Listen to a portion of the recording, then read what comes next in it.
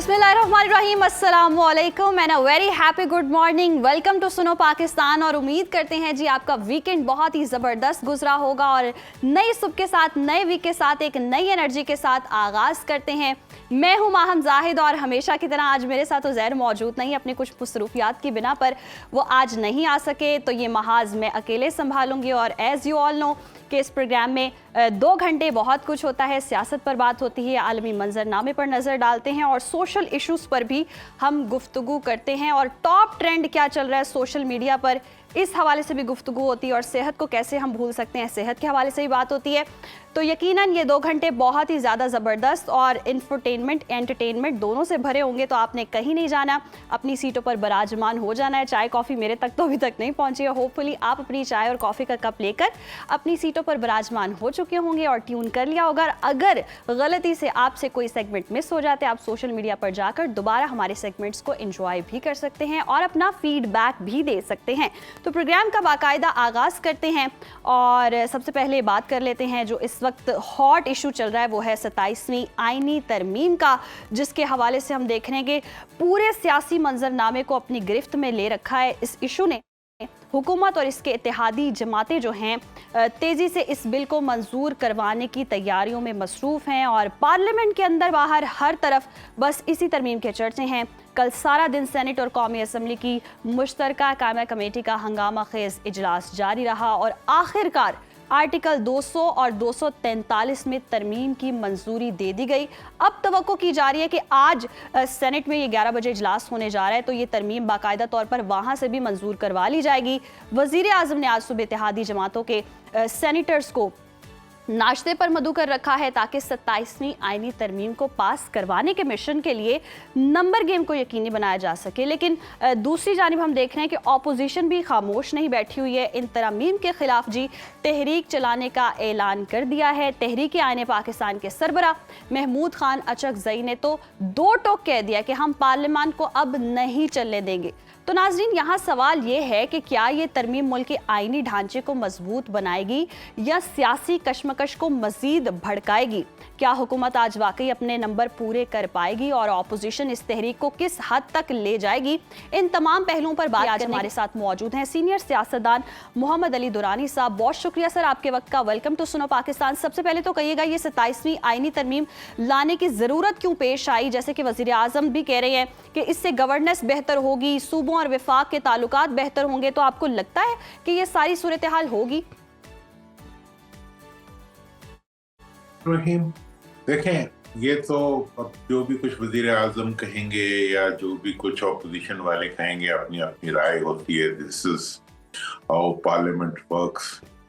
और इससे पहले एक 26वीं आईनी तरमीम आ चुकी हुई है और 26वीं आईनी तरमीम की वजह से जो इफेक्ट्स पैदा हुए हैं, जिसमें कि आप देखें कि अदलिया का पूरा निज़ाम उसकी वजह से एक टर्मोइल में चला गया था और वो भी एक जल्दी में पास की हुई तरमीम थी, जिसकी वजह से अदालती निज़ाम हमारा बहुत मुतासिर हुआ है। और उस अदालती निज़ाम की वजह से बहुत से जो बेसिक फंडामेंटल राइट्स थे पब्लिक के और पॉलिटिशियंस के और मुल्क की सियासी मंजरनामे पे, उस पर बहुत से असरात मुरतब हुए। उसी 26वीं आईनी तरमीम की वजह से जो पार्लियामेंट के अंदर जो है हुकूमत को 2/3 अक्सरियत भी मिल गई और सब चीजें ये हुई। अब मैं समझता हूँ कि उसके बाद ये भी एक जो 27वीं आईनी तरमीम है, उसके अंदर जो कमियां हुकूमत के लिए रह गई हुई थी, उनको आयरन आउट करने के लिए उन्होंने इस चीज को मुतारिफ कराया है। लेकिन इसके साथ साथ इसका जो एक और पहलू है वो ये है कि हमारा जो डिफेंस सिस्टम है उसके अंदर कुछ ऐसी डेवलपमेंट्स हो रही हैं पूरी दुनिया के अंदर एडमिनिस्ट्रेशन के रेफरेंस से और उसकी परफॉर्मेंस के रेफरेंस से, कि उसमें भी कुछ इश्यूज को एड्रेस करने की जरूरत थी। मेरा ख्याल है उनको भी इसमें एड्रेस किया गया है। साथ ही साथ जो है हुकूमत के अफराद जो है वो अपने लिए कुछ ना कुछ मजीद अवाम को पीछे धकेलने और अपने अख्तियार को बढ़ाने का जो अमल होता है सियासत के अंदर, वो भी इसमें कर रहे हैं। तो मैं समझता हूँ कि ये जो सब तरामीम हुई हैं, इनके नतीजे में यकीनी तौर पे पार्लियामेंट जो है वो इनफेक्टिव हुई है। पब्लिक के जो राइट्स हैं वो कम हुए हैं और जमहूरियत पे एतमाद जो है अवाम का कम हुआ है।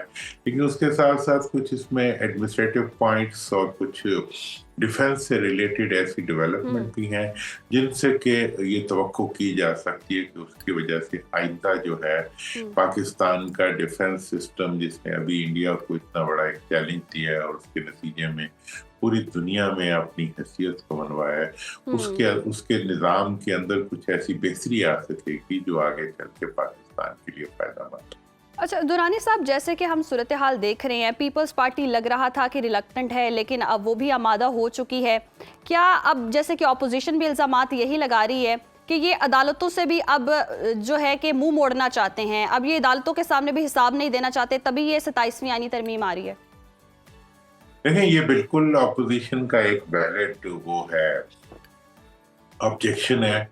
और जो भी इस सारे देखें, इस 27वीं और 26वीं आईनी तरमीम जो है, इसके अंदर पब्लिक के लिए अभी तक कुछ नजर नहीं आया। इसमें जो कुछ है वो हुक्मरानों के तहफ़्फ़ुज़ और उनके अपने फ़वाइद उसमें से समेटने के लिए इक़दाम, और ये एक जेन्युइन क्रिटिसिज्म है। बाकी जहाँ तक सवाल है हुकूमत का, और हुकूमत के जो क्लेम्स हैं वो तो अपनी जगह है, लेकिन पब्लिक के लिए तो इस सारी सिचुएशन में यही है कि उनके लिए तो मुश्किलात ही बढ़ रही हैं। और जो कुछ भी जो क्लेम्स किए जाते हैं गवर्नमेंट्स की तरफ से, वो क्लेम्स कहीं फुलफिल नहीं होते। जो उनकी तरफ से ऐलानात किए जाते हैं वो ऐलानात कहीं नहीं होते। मतलब एक पीपल्स पार्टी का, जहाँ तक आपने बताया कि जी वो पहले मुखालफत कर रहे थे, वो कह रहे थे, तो पीपल्स पार्टी और नून जो है वो इस वक्त दो पार्टियां नहीं है, प्रैक्टिकली वो एक ही पीपल्स पार्टी के लिए अब तो ये है ना कि सदर मुमलिकत ताहयात अब इस्तिस्ना होगा उनको, ये भी सूरत हाल अब बनने जा रही है।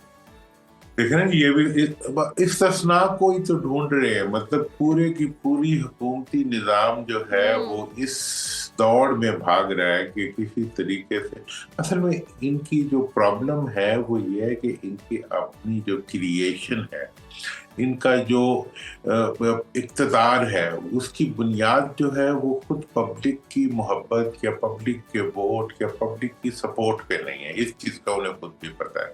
उन्हें पता है कि वो इक़्तिदार में जो आए हैं वो अपने हक से नहीं आए, बल्कि किसी का हक मार के आए हैं। इसलिए जिसके पास कोई ऐसी चीज़ होती है जो लेजिटिमेट ना हो, तो उसके बारे में वो ज़्यादा इनसिक्योर होता है।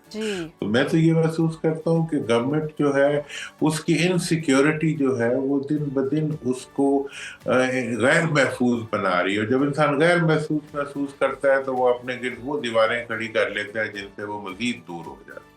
लिहाजा इस वक्त हुकूमत के अफराद को इस चीज़ का पता है कि उनका इक़्तिदार में आने ने उन्हें मजीद अनपॉपुलर कर दिए, और अब वो जितना भी वक्त गुजार रहे हैं उनके लिए अवाम के साथ वो डिस्कनेक्ट में आ रहे हैं। दुरानी साहब, अगर अवाम का ही नहीं सोचेंगे हुक्मरान, और अगर अपने इक़्तिदार को बचाने के लिए ये सारी स्ट्रेटजी होती रहेगी, तो फिर आईनी बहरान तो बहुत ज़्यादा होगा। क्योंकि अब आगे देखने में आ रहा है कि सुप्रीम कोर्ट के इख्तियारात में भी छेड़छाड़ की जा रही है, तो फिर आईनी और कानूनी बहरान कितना ज़्यादा होगा, और इस तरह डिस्टर्ब तो फिर अवाम ही होगी। देखिए, आईनी और कानूनी बहरान जो है वो बुनियादी तौर पर हकीकत में तो बहरान नहीं है, बल्कि इख्तिताम है। मतलब जो कुछ किया जा रहा है उसके नतीजे में आइन को कमोबेश इन्होंने इनफेक्टिव बना दिया। ये सिर्फ आइन इनफेक्टिव नहीं हुआ, बल्कि पार्लियामेंट की जो वो हैसियत है, हैयत है, और उसकी जो एक परफॉर्मेंस है, या उसका जो वो है, उसके जो इफेक्टिवनेस है, उसको इन्होंने ख़त्म कर दिया। मतलब ये वो अक्लमंद हैं जिस शाख पे बैठे हुए उसी शाख को काट रहे हैं। मतलब ये आपने सुना होगा ये बात, मतलब आदमी बैठा दरख्त पे, एक शाख पे बैठ के उसको काट रहा था, नतीजे कटी तो खुद भी नीचे गिर पड़ा। जो कुछ ये कर रहे हैं इसके नतीजे में तो सिर्फ ये अवाम के हकूक नहीं छीन रहे, बल्कि अपनी वजह जवाज को भी, अपनी एग्जिस्टेंस को भी चैलेंज कर रहे हैं। और ये खैर अब होता ही है कि जब इलिजिटिमेट इक़्तिदार होता है तो वो इलिजिमेट इक़्तिदार जो है वो इस किस्म के ही इक़दामात कराता है उन लोगों से जो इक़्तिदार में होते हैं, मादी में भी हमने देखा है। लेकिन ऐसी जो तरमीम होती हैं और ऐसी जो तब्दीलियां लाई जाती हैं आइन में, वो बहुत देर तक सरवाइव नहीं कर पाती। जब अवाम का हकीकी नुमाइंदे आते हैं तो उसके नतीजे में ये चीजें जो हैं ये रोल बैक हो जाया करती हैं, और बार बार हुई भी हैं, माजी में भी हुई हैं और आइंदा भी होती नजर आ रही हैं। इसमें एक बात मैं आपको मजीद कहना चाहूंगा, वो ये है कि जो इस वक्त तक जो तरमीम की जा रही हैं उसके अंदर पब्लिक इंटरेस्ट का कोई कदम नहीं जी। ये अफसोसनाक बात है।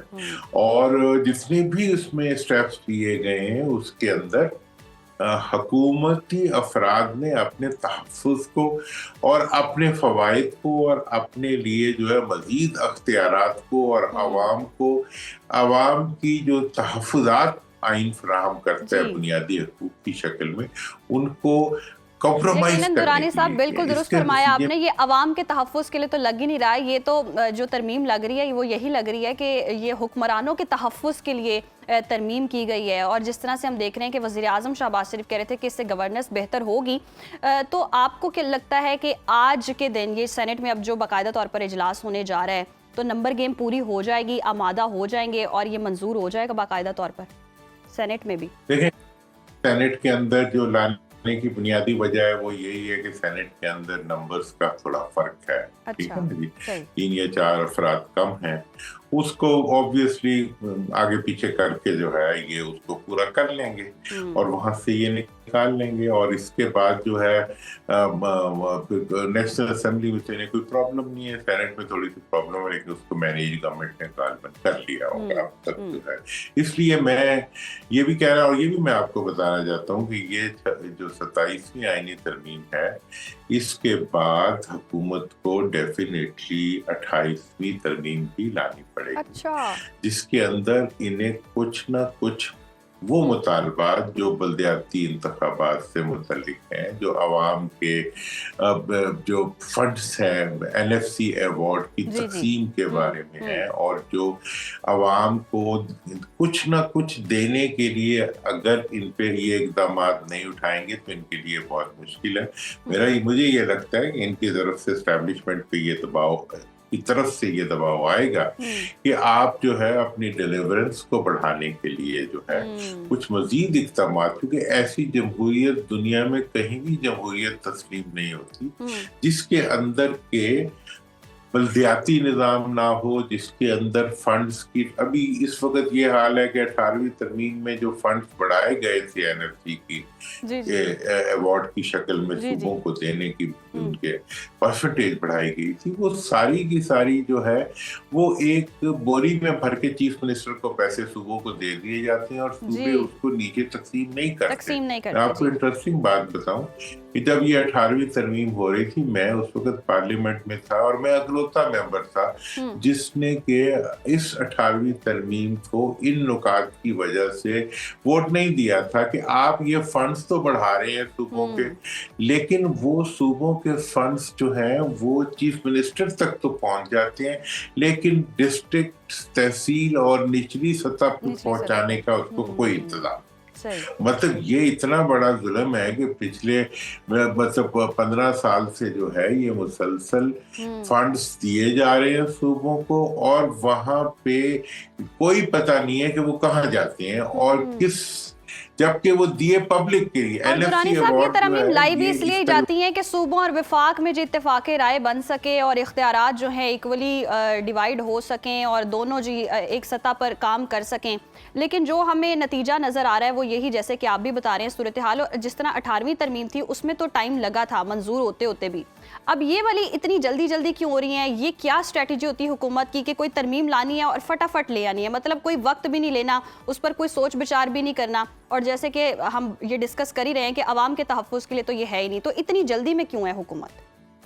देखिए, जल्दी में इसलिए हुकूमत की, जब भी इंसान जब कोई चोरी करने जा रहा होता है तो कितनी तेजी से दाखिल होता है, तेजी से भाग जाता है।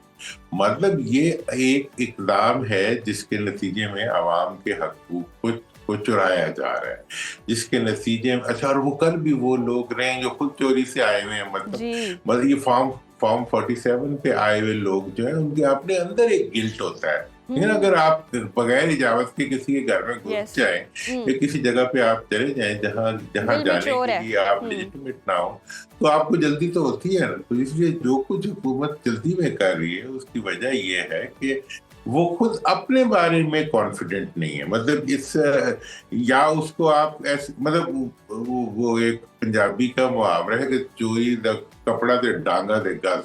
मतलब जब माल चोरी का हो तो फिर बड़े बड़े उसके गज बना लेते। सही। तो लिहाजा ये वो अख्तियार है जो इलिजिटिमेटली हुकूमत ने कब्जा किया हुआ है। इसकी वजह से उससे उसको जब मजीद उसके नतीजे में उस अख्तियार के जरिए जब वो एक आईनी अख्तियार को आवाम के खींचते हैं तो फिर वो कोशिश करते हैं कि उसको आवाम से छुपा के जो है वो कर भी लें, जल्दी जल्दी कर लें तावक्त से के पकड़े ना जाए, पकड़े ना तब जाए ये या काम expose जल्दी ना हो जल्दी जाए करते या हैं और public- फिर कुछ ना कुछ रह जाता है। 26 में आईनी तरमीम आई, जैसे कि आप भी बता रहे हैं, अब 28वीं भी आएगी, अभी भी 27वीं जल्दी जल्दी में कर लेंगे और फिर 28वीं की कोई गुंजाइश रह जाएगी। अब मुखालिफिन भी हैं, ऑपोजिशन भी है, वो कह रही है जी हम एहतजाज करेंगे। महमूद खान अचकजई हैं, वो कह रहे हैं कि पार्लियामान चलने ही नहीं देंगे। तो मुखालिफिन जो हैं या ऑपोजिशन में जो हैं वो डट पाएंगे और खड़े होकर ये चीज़ करवा पाएंगे कि ये मंजूर ना हो? देखिए उनको जो है ऑपोजिशन इस वक्त बहुत बड़ी ताकत है जी। पाकिस्तान के अंदर। पार्लियामेंट से ज्यादा बड़ी ताकत ऑपोजिशन जो है वो अवाम में है। अवाम को ऑपोजिशन तहरुक दे पाती है, नहीं दे पाती, इस्लामाबाद से निकल पाती है, नहीं पाती। हाँ, तो इस लिहाज से ये एक देखने वाली बात है। लेकिन मेरा ये ख्याल है कि ऑपोजिशन का इस वक्त बहुत बड़ा रोल बनता है, लेकिन उस रोल के अंदर उन्हें ये जरूर मैनेज करना चाहिए कि वो कानून को हाथ में लेने और कार्य सरकार मतलब गवर्नमेंट की फंक्शनैलिटी को मुतासिर, गवर्नमेंट से मुराद हुक्मरान नहीं होते, गवर्नमेंट से मुराद पूरी स्टेट मशीनरी होती है कि उसके जो मतलब उसकी फंक्शनैलिटी है उसको डिस्टर्ब किए बगैर गवर्नेंस की इम्प्रूवमेंट को डिमांड करने के लिए काम करे। क्योंकि इस वक्त जो पाकिस्तान को चैलेंजेस दरपेश है, देखिए हमें बहुत हॉस्टाइल एनवायरनमेंट है इस वक्त। मशरिक और मगरिब की तरफ जो है हमें बहुत बड़े बड़े चैलेंजेस नजर आ रहे हैं और हम एक दहशतगर्दी के शदीद से कहते हैं हमले के अंदर खड़े हुए हैं। ऐसी सूरत हाल में अपोजिशन ने जो हिकमत अमली बनानी है और फिर फाइनेंस ये जो आपकी जो फिस्कल पॉलिसीज हैं गवर्नमेंट की और general economic situation of the country जो है उसको गवर्नमेंट ने इतना कमजोर कर दिया हुआ है कि इन सारी चीजों की वजह से ना तो गवर्नमेंट अपनी गवर्नेंस को इम्प्रूव कर रही है और ना ही अपनी ड्यूटीज को सही तरीके पे अंजाम कर रही है। यकीनन मोहम्मद अली दुरानी साहब, वो बिल्कुल दुरुस्त फरमाया आपने कि अपनी गवर्नेंस को बेहतर करना चाहिए और ऐसे में तरमीम लाई जा रही हैं और हम देख भी रहे हैं कि मुल्क को इस वक्त दहशतगर्दी का भी सामना है। बहुत शुक्रिया आपके वक्त का और यकीनन हम सूरत हाल देख रहे हैं आगे आने वाले दिनों में बहरान ही दिखाई दे रहा है क्योंकि तरमीम या आइन जो है वो अवाम को तहफ़्फ़ुज़ देता है और सूरत हाल ये लग रही है कि जितने भी हुक्मरान हैं वो अपने तहफ़्फ़ुज़ के लिए तरमीम ला रहे हैं। और जैसे कि मोहम्मद अली दुरानी साहब ने भी कहा कि माइट भी पॉसिबल कि अभी 28वीं तरमीम भी आए तो जो गुंजाइश रह जाएगी वो अगली तरमीम में पूरी होगी और जो अपोजिशन है वो एहतजाज कर रही है और अपोजिशन को डटे रहना चाहिए। बट आने वाले दिनों में हम देख रहे हैं कि ये तरमीम हमें मंजूर होती हुई नज़र आ रही है, रुकावटें कुछ खास नज़र नहीं आ रही हैं। ये तो आने वाला वक्त ही बताएगा और आपके साथ यकीनन इस हवाले से हम अपडेट शेयर भी करेंगे। एक और जनाब सूरत हाल होती है जब मंडे होता है और जैसे कि आज का दिन है, वीक का स्टार्ट होता है, तो बहुत सारे लोग सुस्त हो जाते हैं और क्योंकि वीकेंड होता है और शायद वो एक कश्मकश रह जाती है कि हमने वीकेंड को फुली इंजॉय नहीं किया, तो वो मायूसी की सूरत में आप मंडे वाले दिन आ रहे होते हैं। और सम टाइम ऐसा होता है कि बहुत ज़्यादा एनर्जेटिक होते हैं कुछ लोग जो कहते हैं हम नए दिन का आगाज़ करें, नए वीक का आगाज़ करें तो बहुत ज़्यादा एनर्जी के साथ करें। तो ये दो तरह के लोग होते हैं। अब मैं भी एक तरह की ऐसी मतलब मैं उस दो तरह में से एक जो है ऐसी बंदी हूँ जो सोचती हूँ कि नहीं, सुस्ती होती है, थोड़ा लेजीनेस होती है, फिर आहिस्ता आहिस्ता आप ट्रैक पर आते हैं और वर्क प्लेस में हो या कहीं भी हो तो आपकी एनर्जी जो है वो बहाल होना शुरू होती है एक दिन के बाद। लेकिन कुछ लोग होते हैं जो पहले दिन से बहुत ज़्यादा एनर्जेटिक होते हैं। तो ये दोनों तरह की आवाम की क्या राय है? शाहमा आलम खान मौजूद हैं जी अवाम के साथ, उनसे जानते हैं कि जी अवाम इस पर क्या कहते हैं। मंडे मॉर्निंग, अगरचे मंडे मॉर्निंग एक यूरोप में बड़ी कदीम और बड़ी ये वहाँ पे राइज इस्तिलाह है, लेकिन अब तो ये पाकिस्तान में भी काफ़ी अरसे से राइज है। पीर की सुबह, हफ्ते इतवार की अमूमन छुट्टी होती है, लेकिन ज़्यादातर इतवार की छुट्टी होती है। तो वो लोग जो जब छुट्टियां गुजार के अगले दिन पीर की सुबह से काम पे जाना शुरू करते हैं तो उनका दिल नहीं करता, बीवी बच्चों में, घर के और रिश्तेदारों में, या अपने काम उन्होंने किए होते हैं, क्योंकि हफ्ते में एक ही दिन छुट्टी का होता है।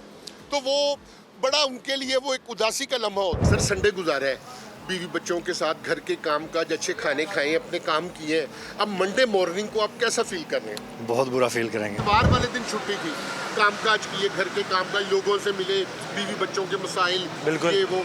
अब पीर की सुबह मंडे मॉर्निंग आपको कैसा लग रहा है? पीर की मॉर्निंग ऐसा लग रहा है कि बड़ा एक हेक्टिक डे होने वाला है। अब एक रिलैक्स डे था, कल भी छुट्टी, मतलब कल भी छुट्टी नहीं थी, एक छुट्टी थी आज। अब रिलैक्स हुआ है, ऐसा लग रहा है कल फिर दोबारा वही शुरू, हफ्ते की खिंच के ऑफिस, घर, ये चीज़ें दोबारा शुरू होने वाली।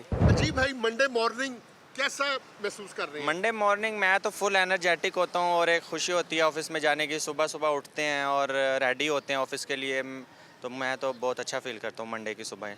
लेकिन बीवी बच्चों के पास घर के कामकाज किए हैं, आराम से सोए हैं, आराम किया है, खाने खाए हैं, और अब बच्चे मेरे हैं नहीं ना, इसलिए मैं लेकिन सिंगल। चले घर के दूसरे कामकाज तो होते हैं। हाँ नहीं, लेकिन कोई ऐसा कोई थकावट नहीं, कोई कुछ नहीं। मैं बहुत एनर्जेटिक होता हूँ और बहुत अच्छा फील करता हूँ मंडे की सुबह के लिए। आपको हफ्ते की छुट्टी होती है इतवार की? नहीं सर, अभी सिर्फ संडे की होती है। संडे की होती है। आप ये बताएं कि हफ्ते वाले दिन आपका वीकेंड है, आपको पता है कि अब कल छुट्टी है, तो उस वक्त आपकी क्या फीलिंग होती है जो अब है? उस टाइम बड़ी अच्छी फीलिंग होती है कि छुट्टी आ रही है, रेस्ट करेंगे, घर के कोई काम हो जो पेंडिंग हो वो बंदा करता है, सब प्लान होता है, तो वो बड़ा खुशी का दिन होता है। अजीब, बिल्कुल आपने देखा कि यहाँ पर लोगों के मिले जुले रुझान थे, ख़ास तौर पे जो कंवारे थे या छड़ा छान, वो तो कहते हैं कि हम तो, हमारा एनर्जी लेवल मंडे मॉर्निंग को भी वही रहता है जो बाकी डेज में रहता है। बाकी जो बाल बच्चेदार थे या जिन पे जिम्मेदारियाँ थी, उनका कहना था कि हमारा एनर्जी लेवल में कमी है, लेकिन ये हफ्ते वाले दिन, जिस दिन इनका वीकेंड होगा, ये एनर्जी लेवल ठीक हो जाएगा।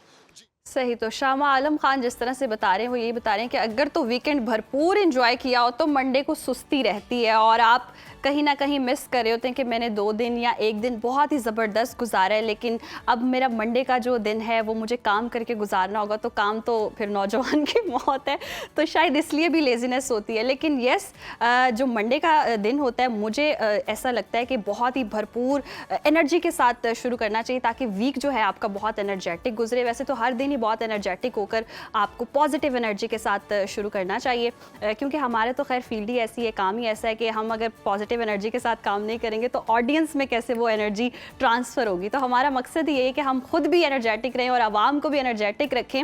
और एनर्जेटिक होने के साथ साथ वैसे ये है कि थोड़ी सुस्ती आ रही है क्योंकि सर्दी बढ़ रही है, मौसम में तब्दीली हो रही है। मौसम में तब्दीली की वजह से वो ऑटोमेटिकली ऐसा करता है दिल के सोते रहें, क्योंकि थोड़ी थोड़ी खुनकी होती है, सुबह में भी देखते हैं और शाम के वक्त भी थोड़ी खुनकी बढ़ गई है। तो मौसम जो है तब्दील हो रहा है। मुख्तलिफ शहरों में दर्जा हरारत क्या है, आज के दिन मौसम की सूरत हाल क्या रहेगी, ये हम अपने ऑडियंस के साथ शेयर कर लेते हैं। तो चलते हैं और देखते हैं कि आज मौसम कैसा रहेगा।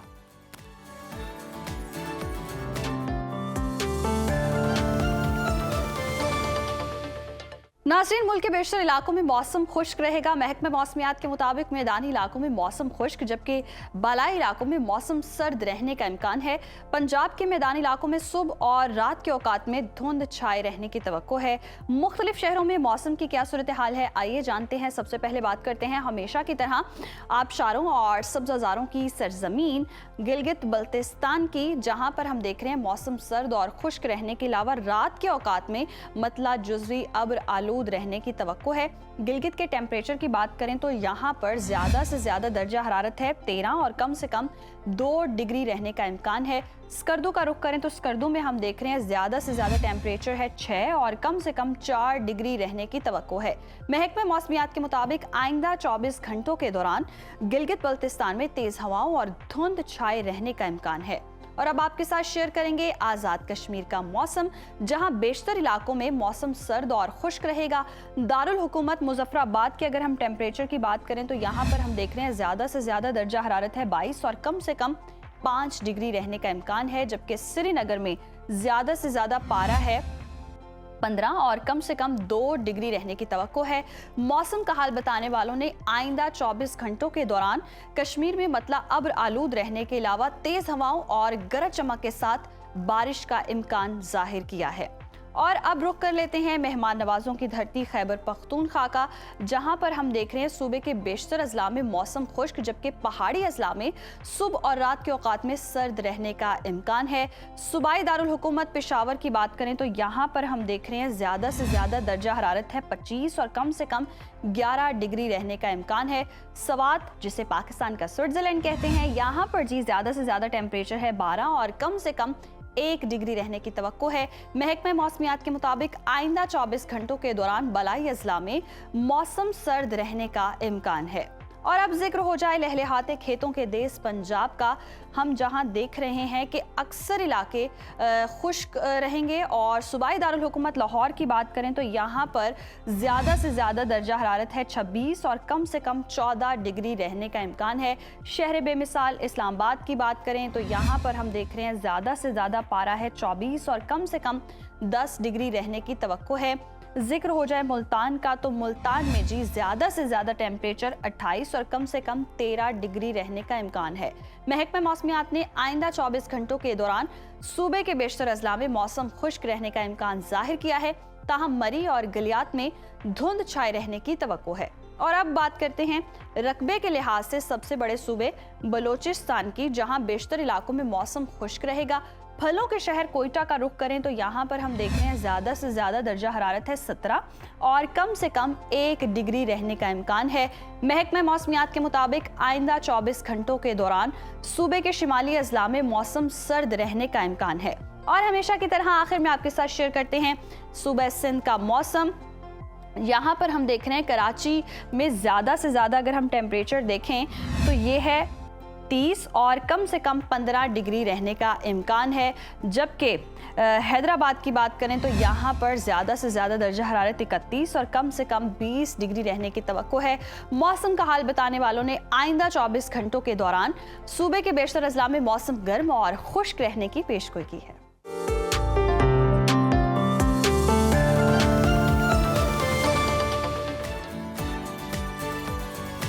तो नाज़रीन, ये थी मौसम की सूरत हाल। आपने जाना कि मुख्तलिफ शहरों में क्या दर्जा हरारत रहेगा और उसके अकॉर्डिंग आप अपनी जो रूटीन है उसको प्लान कर सकते हैं। फिलहाल जी प्रोग्राम में वक्त हुआ है ब्रेक का। देखते रहिए सुनो Pakistan, stay with us. Welcome back नाज़रीन, प्रोग्राम में आगे बढ़ेंगे और बात करेंगे जी FIA इमिग्रेशन के नए कवानीन की। तो उन अफराद के लिए मुश्किलात बढ़ गई हैं जो मेहनत और बेहतर मुस्तकबिल की तलाश में वतन से बाहर जा रहे थे। सिर्फ लाहौर एयरपोर्ट पर एक हफ्ते के दौरान 150 के करीब मुसाफिरों को परवाज से ऑफलोड कर दिया गया। और वजह जी नए इमिग्रेशन रूल हैं जिनके तहत अब बैरून मुल्क मुलाजमत के लिए जाने वाले मुसाफिरों के तमाम सफरी और मुलाजमत के कागजात की तस्दीक जो है वो 18 और 19 ग्रेड के सरकारी ऑफिसर से लाजमी करार दी गई है। ओवरसीज एम्प्लॉयमेंट कॉरपोरेशन यानी कि OEC के जरिए जाने वाले अफराद को तो इजाज़त दी जा रही है, मगर दीगर निजी ओवरसीज एम्प्लॉयमेंट एसोसिएशन से वाबस्ता मुसाफिरों को जो तस्दीक का अमल है उससे गुजरना होगा और वो पेचीदा है। ये सूरत हाल उन हज़ारों पाकिस्तानियों के लिए बेचैनी का बायस बन रही है जो अपनी मेहनत से मुल्क का नाम रोशन कर रहे हैं और ज़र मुबादला के ज़रिए मुल्क की मईशत में रीढ़ की हड्डी का किरदार अदा कर रहे हैं। ऐसे में सवालात ये जन्म लेते हैं कि क्या ये नए कवानीन पाकिस्तानी वर्कर्स के लिए तहफ़्फ़ुज़ के लिए बनाए गए हैं या ये अमल उन्हीं मेहनत कशों के लिए रुकावट भी बन रहा है जो जायज़ तरीके से बैरून मुल्क जा रहे हैं। और इस मुश्किल घड़ी में ओवरसीज़ पाकिस्तानीज़ फाउंडेशन OPF अपने हमवतनों को कैसे मदद फराहम कर रहा है, इन्हीं सवालात पर गुफ्तगू करने के लिए आज हमारे साथ हैं chairman Overseas Pakistan Foundation Syed Qamruzzaman साहब। बहुत शुक्रिया आपके वक्त का। वेलकम टू सुनो पाकिस्तान। सबसे पहले तो ये बताएं कि FIA के ये नए इमिग्रेशन कवानीन क्यों मुतारिफ करवाए जा रहे हैं, इसका मकसद क्या है और इससे क्या आसानी होगी जो जाना चाहते हैं आउट ऑफ सिटी या आउट ऑफ कंट्री। सॉरी जी मैम, बहुत शुक्रिया। सबसे पहले आपने मुझे ये अपॉर्चुनिटी दी है कि मैं OPF का मौक़िफ़ आपके थ्रू आपके नाज़रीन सामीन के सामने रख सकूं। मैं समझता हूं कि ये बहुत ही गैर ज़रूरी और एक अनएथिकल किस्म का इनिशिएटिव है जो FIA की तरफ से है और हमने ऑलरेडी ये बात हुकाम बाला तक पहुंचाई है और मैं समझता हूँ फ्रॉम हियर ऑनवर्ड इस तरह के एफिडेविट की जरूरत नहीं रहेगी।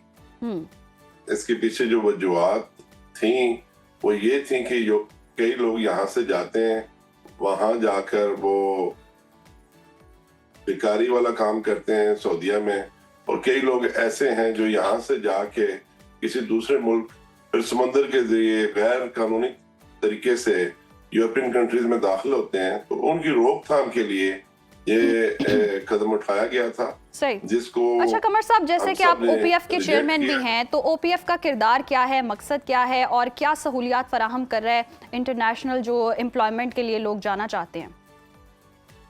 जी, ओपीएफ एक वाहिद इदारा है जो ओवरसीज पाकिस्तानीज की वेलफेयर के लिए है, उनकी फैमिलीज की वेलफेयर के लिए है। और जो लोग प्रोटेक्ट होके मुल्क से बाहर जाते हैं, अगर उनके एम्प्लॉयर के साथ किसी तरह का कोई इशू होता है तो ओपीएफ उनकी मदद करता है। सही। अगर उनको खुदा न खासा कोई हादसा होता है तब भी ओपीएफ उनकी मदद के लिए एक्टिव होता है। और खुदा न खासा अल्लाह सबको महफूज रखे, अगर किसी का डेथ होती है, इंतकाल हो जाता है किसी भी तरीके से, तो ओपीएफ उनकी सपोर्ट में उनकी डेड बॉडी को उनके घर तक पहुंचाने में, और उनके जो बकायाजात होते हैं एम्प्लॉयर की तरफ, खुद ओपीएफ भी उनको माली तौर पे मदद फराहम करता है। और स्टेट लाइफ से भी जो उनकी इंश्योरेंस होती है वो भी स्टेट लाइफ से लेके उनके लॉयकिंग को ये अच्छा कमर साहब, हम वाली देखते हैं help करता है। कि जितने भी ओवरसीज पाकिस्तानी हैं उनको प्रॉपर्टी के बहुत इशू रहते हैं, प्रॉपर्टी के हवाले से कब्जे का बहुत ज्यादा मसला रहता है, तो इस हवाले से ओपीएफ क्या सहूलियात फराहम कर रहा है?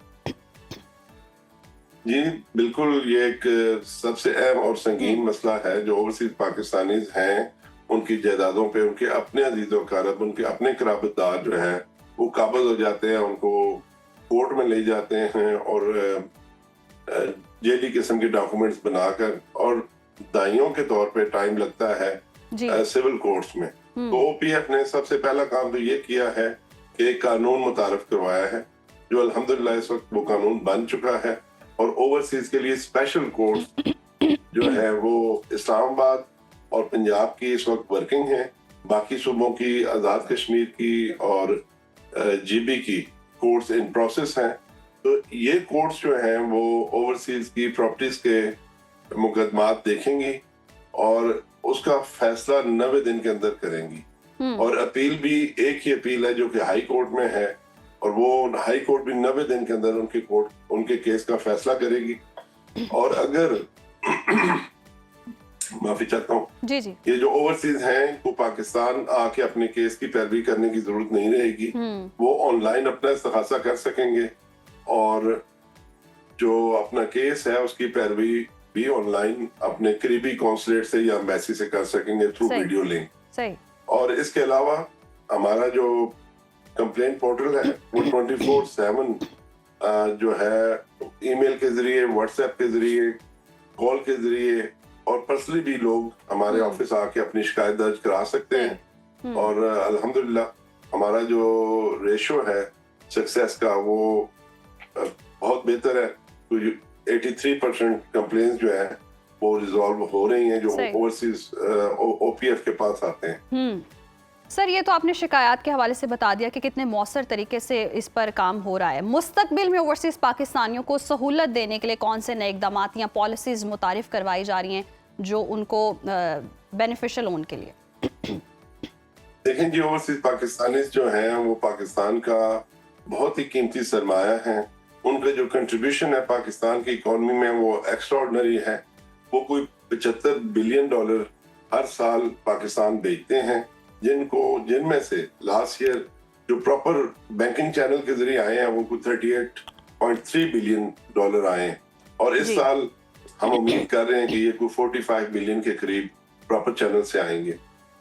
इसके अलावा ये जो ओवरसीज पाकिस्तानी हैं, ये पाकिस्तान की जो एक्सपोर्ट है उसका 30% यही लोग कंज्यूम करते हैं। ये दुनिया के 160 से ज्यादा ममालिक में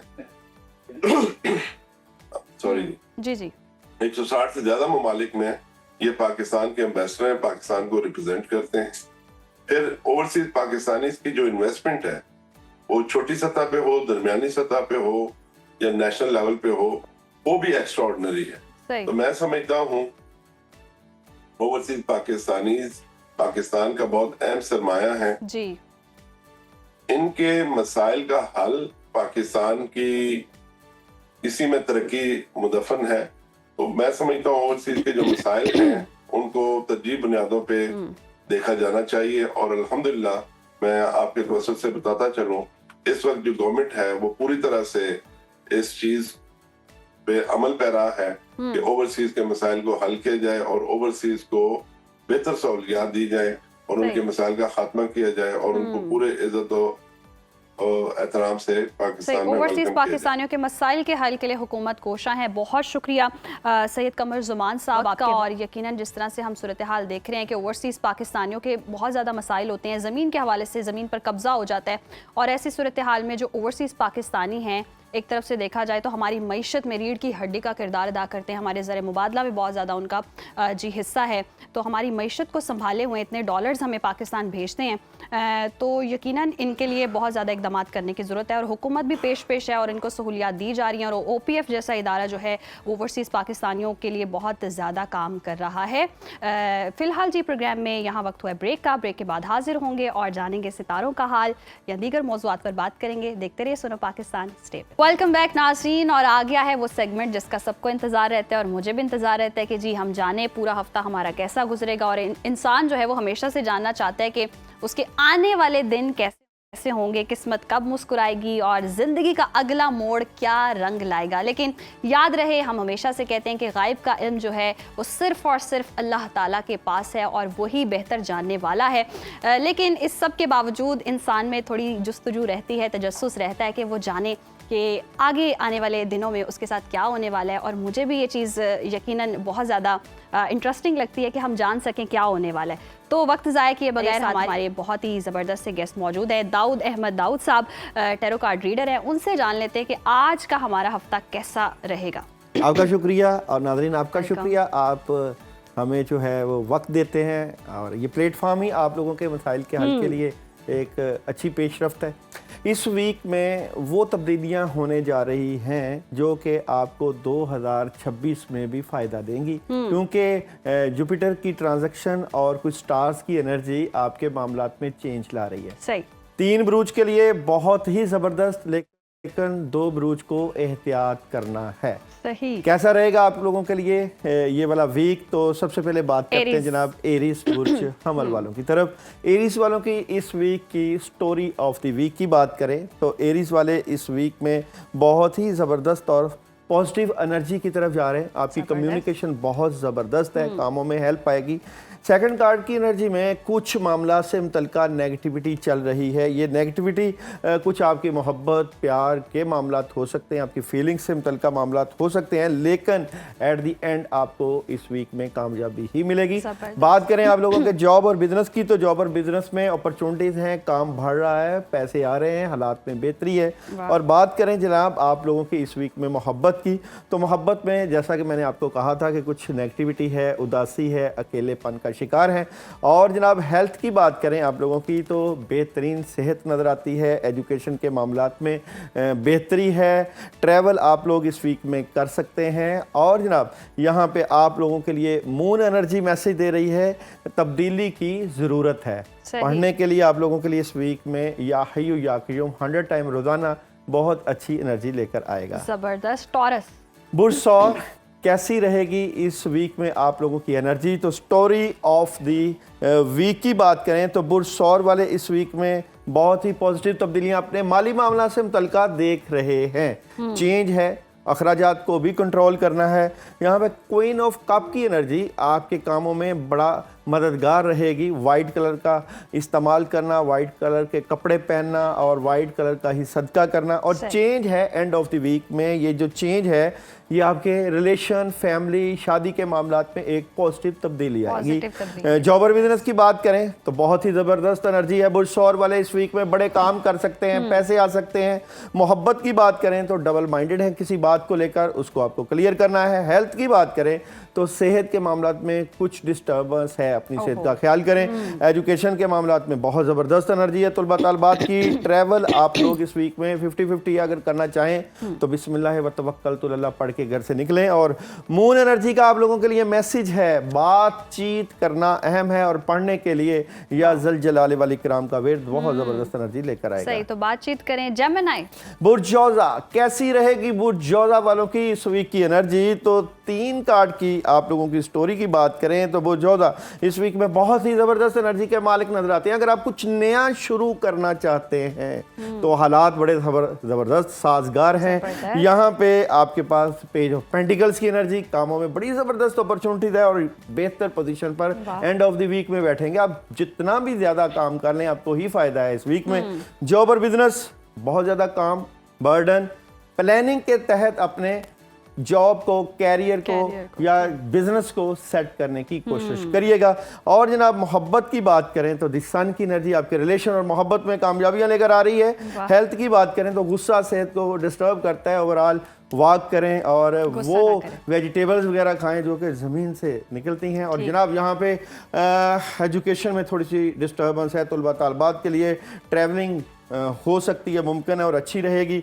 मून एनर्जी का मैसेज है आप लोगों के लिए कि कोई भी चीज़ ऐसी नहीं है जो कि नामुमकिन हो, हर चीज़ का हल अल्लाह ने आपके पास रखा है। और पढ़ने के लिए औज़ुबिल्लाहि मिनश शैतानिर रजीम 100 टाइम रोजाना। जबरदस्त। कैंसर, कैंसर वालों की इस वीक की क्या स्टोरी रहेगी? तो इस वीक में कैंसेरियन कोई डिसीजन कर रहे हैं। ये डिसीजन आपके मामलात से मुतल्लिका ही नजर आता है। 2-3 ऑप्शंस हैं जो कि आपके माइंड में चल रही हैं, लेकिन ये डिसीजन बहुत बड़ा हो सकता है क्योंकि यहाँ पे कोई नया काम मिल रहा है, कामों में मदद है और बेहतर पोजीशन भी है। लेकिन हासदीन से बच के रहना है, वो अभी भी आपके कामों को देख रहे हैं, निगाह रखी हुई है। जॉब और बिजनेस बिलाशुबा काम करते हुए नजर आते हैं। ज्यादा काम ही आपके माली मामलात को स्ट्रॉन्ग करेगा। और मोहब्बत की बात करें तो बहुत जबरदस्त एनर्जी है मोहब्बत की, और जिनके रिश्तों में प्रॉब्लम है सॉल्व होगी इंशाल्लाह इस वीक में। हेल्थ बेहतरीन है, एजुकेशन में पॉजिटिविटी है, ट्रैवल कर सकते हैं, कोई रूहानी सफर पेश आ सकता है। और जनाब यहाँ पे मून एनर्जी मैसेज दे रही है आप लोगों को,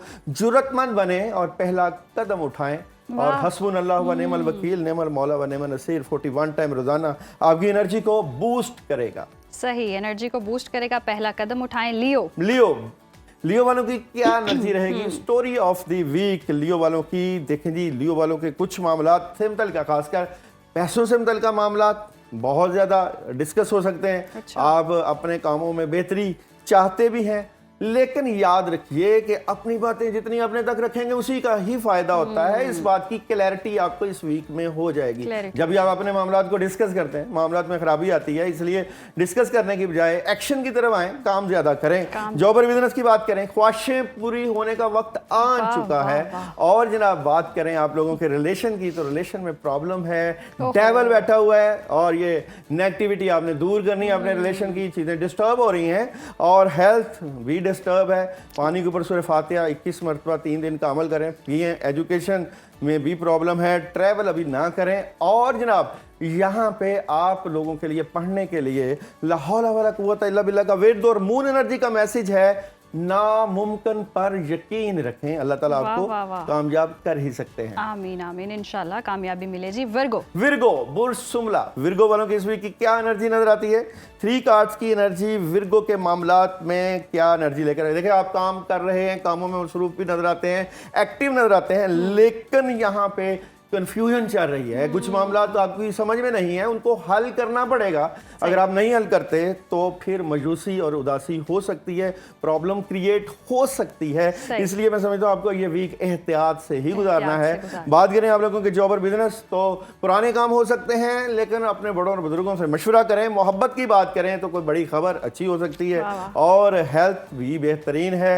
एजुकेशन के मामला में बहुत ज़बरदस्त कामयाबी है, ट्रैवल कर सकते हैं। और मून एनर्जी का मैसेज है, जीत के नताइज की पेशन गोई की गई है। पढ़ने के लिए बिस्मिल्लाहिर्रहमानिर्रहीम 100 टाइम रोजाना। लिब्रा वालों का कैसा रहेगा ये वीक? बुर्ज मेज़ान और जनाब 3 कार्ड की एनर्जी लिब्रा वालों के लिए ये वीक कामयाबियां लेकर आ रहा है। जनाब यहाँ पे कप की एनर्जी, आप कामयाबियां समेटते हुए नजर आते हैं। ना सिर्फ कामयाबियां बल्कि इन्वेस्टमेंट कर रहे हैं, गाड़ी खरीदनी है या गोल्ड खरीदना है या कुछ भी इन्वेस्टमेंट करनी है कर लीजिएगा, क्योंकि ये वक्त है आपके हक में। और जनाब जॉब और बिजनेस बिल्कुल ज़बरदस्त है, कैरियर वाइज अच्छी एनर्जी है।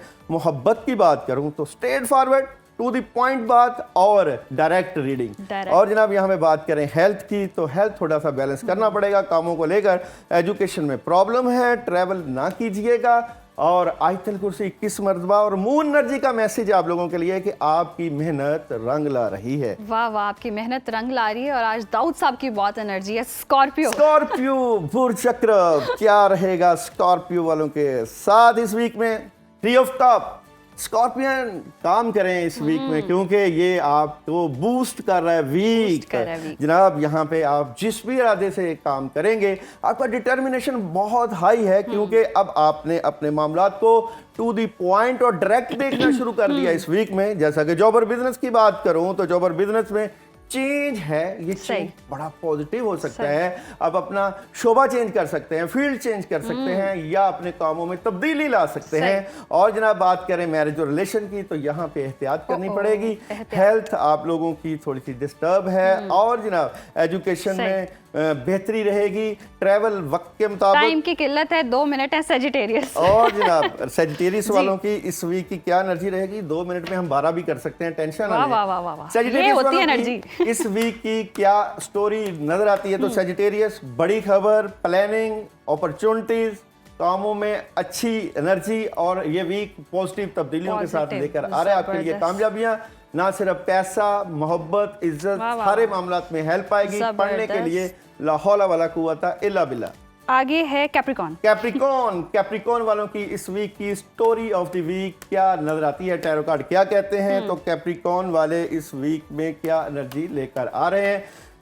बैलेंस कर रहे हैं, कामों का प्रेशर है, अपने हमसे फाइट भी करना पड़ रही है, किसी से बहस ना करें, रात की बजाय दिन के वक्त काम करें, सेहत का ख्याल रखें। एंड ऑफ द वीक में अपॉर्चुनिटीज, लेकिन हासदीन और नेगेटिव लोग आपके मामला खराब कर रहे हैं। ला हौला वला कुव्वता इल्ला बिल्लाह का विर्द। और मून एनर्जी कह रही है कि ताकतवर तब्दीली की तवक्को रखें। जबरदस्त। एक्वेरियस वालों की इस वीक की स्टोरी ऑफ द वीक क्या नजर आती है? तो एक्वेरियस वाले बहुत जबरदस्त सॉलिड एनर्जी का मालक नजर आते हैं, काम बड़े जबरदस्त, डिसीजन लेंगे जरूर, ऑप्शंस आएंगी जरूर, कामों में मदद और हासदीन से बचना है आपने जरूर। काम कर रहे हैं, अपॉर्चुनिटीज है और कुछ नया आगाज भी है। और मून एनर्जी कह रही है कि आपके अज़म की जांच की जा रही है। और ला हौला वला कुव्वता इल्ला बिल्लाह 21 पाइसेस वालों की इस वीक की स्टोरी ऑफ द वीक क्या नजर आती है? तो पाइसेस वाले बड़ी खबर, अपॉर्चुनिटीज, कामयाबी, बेहतरीन हालात, स्ट्रेट फॉरवर्ड फैसले, बुजुर्गों के पास बैठने से मदद, सुकून, और यहाँ पे कुछ नया आगाज। और मून एनर्जी का मैसेज है आप अपनी अना को अपने रास्ते में ना आने दें। और यहाँ पे पढ़ना है आप लोगों ने सूरह इखलास 11 टाइम हर वीक के हर दिन, और कामयाबियां समेट जबरदस्त। तो कामयाबियां जी इनके नसीब में हैं। बहुत सब आपके वक्त का, और ये था सितारों का हाल। और यकीनन आप लोगों को बहुत इंटरेस्टिंग लगा होगा ये सेगमेंट, और इसके अकॉर्डिंग आप अपना वीक प्लान कर सकते हैं। और जो जो पढ़ने के लिए कहा है वो ज़रूर पढ़िएगा। और हम भी दुआ करते हैं कि इस पूरे वीक में आपके जो दिन हैं वो अच्छे गुजरें और बरकत हो। अभी हेडलाइंस की ब्रेक है, ब्रेक के बाद वापस आएंगे। देखते रहिए सुनो पाकिस्तान। वेलकम बैक नाज़रीन। और प्रोग्राम में बहुत ही अहम मौजू शामिल करेंगे, वो मौजू जिस पर हम देख रहे हैं कि आलमी दुनिया की भी नज़रें जमी हुई हैं। पाकिस्तान और अफगानिस्तान के माबैन मुज़ाकरात का तीसरा दौर भी नाकामी का शिकार हो चुका है। और अब पाकिस्तान के दफ्तर खारजा का इस हवाले से अहम बयान सामने आया है। दफ्तर खारजा का कहना है कि अफगान तालिबान की अबूरी हुकूमत में पाकिस्तान मुखालिफ लॉबी सरगर्म है। तर्जुमान के मुताबिक मुज़ाकरात के दौरान तालिबान वफ्द ने अपने वादों से पीछे हटने की कोशिश की और गैर संजीदा बयानात दिए, इल्ज़ाम तराशी के ज़रिए माहौल को बिगाड़ा। और हकीकत ये है कि जब से अफ़गान तालिबान रजीम इक़्तिदार में आई है, पाकिस्तान में दहशतगर्दी के वाक़यात में नुमाया इजाफा देखा जा रहा है। और इसकी सबसे बड़ी वजह TTP और BLA जैसे गिरोहों को अफ़गान सरजमीन पर पनाह देना और इनके खिलाफ मौसर कार्रवाई न करना, लेकिन इस सारी सूरत हाल में एक हौसला अफजा पहलू ये भी है कि तुर्की और कतर और जो दीगर ममालिक हैं वो मुज़ाकरात में बतौर मसालहतकार शरीक थे। उन्होंने न सिर्फ तालिबान के मायूस कुन रवैये को करीब से देखा बल्कि ये भी नोट किया कि किस तरह वो दहशत गर्दों के खिलाफ अमली इक़दामात से गुरेज कर रहे हैं। और अब यही दो बरादर ममालिक पाकिस्तान के मौक़िफ़ की खुलकर हिमायत भी कर रहे हैं। तुर्क सदर रजब तैयब एर्दोगान ने बाकायदा तौर पर ऐलान किया है कि तुर्की के वज़ीर ख़ारजा, वज़ीर दिफ़ा और इंटेलिजेंस चीफ अगले हफ्ते इस्लामाबाद का खुसूसी दौरा करेंगे ताकि पाकिस्तान और अफ़गानिस्तान के दरमियान बढ़ती कशीदगी को कम करने के लिए अमली इक़दामात पर बातचीत हो सके। तो नाज़रीन, सवाल ये है कि इन सिफारती कोशिशों के बावजूद भी सूरत हाल बेहतर क्यों नहीं हो रही है? तालिबान रजीम जो है वो मुज़ाकरात की मेज़ पर क्यों नहीं आ रही है? ये तमाम तर सूरत हाल पर बात करने के लिए आज हमारे साथ मौजूद है एयर कमोडोर रिटायर्ड खालिद साहब। बहुत शुक्रिया खालिद साहब आपके वक्त। और जिस तरह से हम देख रहे हैं कि 12 दौर चले हैं, मुज़ाकरात की बात हुई है, लेकिन मुज़ाकरात जो हैं वो वो कहते हैं ना, ऊंट किसी करवट नहीं बैठ रहा और मुज़ाकरात हो नहीं रहे। फिलहाल अभी डेडलॉक बरकरार है। डेडलॉक बरकरार रहने की बुनियादी वजूहात आपकी नजर में क्या है? बहुत शुक्रिया माहम, आपने इनवाइट किया। You welcome. देखिए, ये नजर आ रहा था और मैं अपने पॉइंट ऑफ व्यू से कहता आ रहा था कि ये बड़ा रेयर एक होगा और अनयूजुअल होगा अगर कोई एग्रीमेंट हो जाए, बिकॉज इसके अंदर वेस्टेड इंटरेस्ट बहुत ज्यादा हुई हैं, पहले भी थी, कुछ सरप्राइज नहीं है। लेकिन इस दफा क्योंकि मई का वाकया हुआ है, हिंदुस्तान का बहुत ज्यादा इंटरेस्ट या इन्वॉल्वमेंट है और वो बहुत बेहतर बारगेन ऑफर करने की पोजीशन में इस दफा तालिबान के टीम को। इसी वजह से आपने नोट किया कि हेड में नहीं बन रहा और हमारे डिफेंस मिनिस्टर ने कई दफा कहा कि वो राय लेते थे, इनपुट लेते थे, जाहिर है ब्रेक्स के दौरान, या स्टॉल कर जाते थे, डिले करना चाहते थे। देखिए, पहले तो इस प्लेटफॉर्म के जरिए हमें अपने तुर्क भाइयों का और कतरी दोस्तों का बहुत शुक्रिया करना चाहिए, जो जाहिर है अपना एक क्रेडिबिलिटी स्टेक पर लगाकर हमें साथ दे रहे हैं। इतने ज्यादा उन्होंने एक्सटेंसिव मुज़ाकरात किए हैं दिन रात। पिछला जो टेन्योर में हुआ था, जो पिछली दफा मुज़ाकरात इस्तांबुल में हुए थे, हमारी टीम तकरीबन 94 घंटे वहां ठहरी थी, जिसमें से 50 घंटे मुज़ाकरात हुए थे। आप देखिए 18 घंटे भी नॉन स्टॉप एंगेजमेंट हुई थी।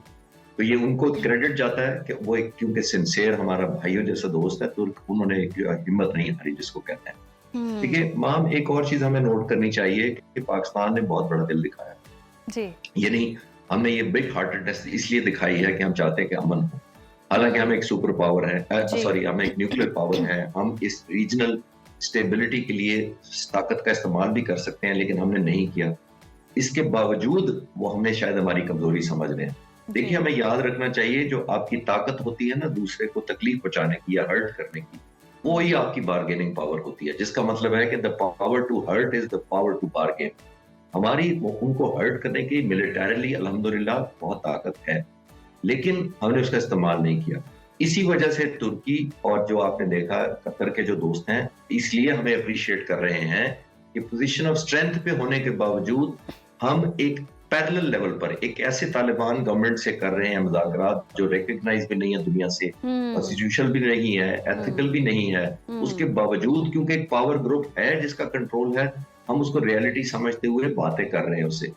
ये हमने बिग हार्टेडनेस दिखाई थी। और जैसे मैंने कहा कि हमारी जो पावर टू पनिश या पावर टू क्रिएट पेन हमारी अल्हम्दुलिल्लाह ज्यादा है, इसके बावजूद हमने वो एडवांटेज नहीं मिला हमें जो बारगेन के तौर पे मिलता है। जितने आप मजबूत होते हैं और दुश्मन को ज्यादा नुकसान या तकलीफ पहुंचा सकते हैं, दुश्मन जो होता है या दूसरी काउंटर पार्टी जो होती है वो जल्दी कॉम्प्रोमाइज कर लेती है, नोइंग कि अगर उन्होंने ना ताउन किया तो जाहिर है उनको एक पनिशमेंट मिलेगी या यकीनन खालिद साहब, इस सारी सूरत हाल के बावजूद जो है वो पाकिस्तान बड़े दिल का मुजाहिरा कर रहा है। अफगान वफ्द की अगर हम बात करें तो जुबानी यकीन दहानी तो करवा रहे हैं, मगर तहरीरी मुआहदे से गुरेज करें, ये क्या वजह है? कोई उनकी हिकमत अमली है या एतमाद की कमी है? इसके पीछे क्या वजह है?